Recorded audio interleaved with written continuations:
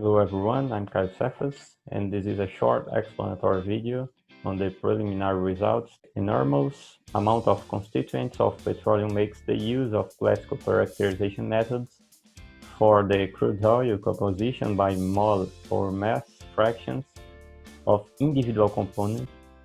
The experimental data were provided in the form of distillation curves, which the temperature is plotted versus the vaporized percentile.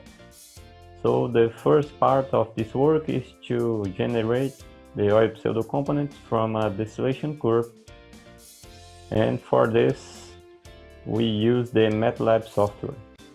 In this approach we use the distillation curve presented by Koster and Hoffman 1996 and the methodology proposed by Caio book. So the graph here shows the distillation curve and its respective pseudocomponents created and represented by the blue rectangles, 21 in total, each of them described by a set of physicochemical parameters like molar mass, boiling point, etc. Since the pseudocomponents were characterized, we move on to the next step of this work, which is the Aviva process simulation. And in this step, we convert the whole 21 pseudocomponents into two specific HDS process pseudocomponents, sulfur and sulfur-free oil.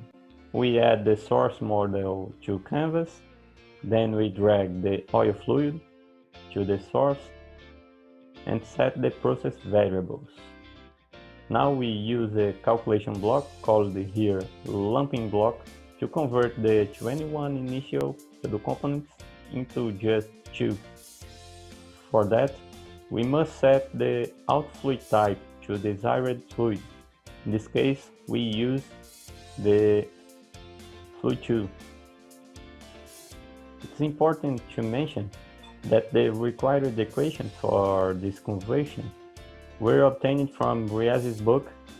Finally, we drag the sink to the canvas and connect the lumping block.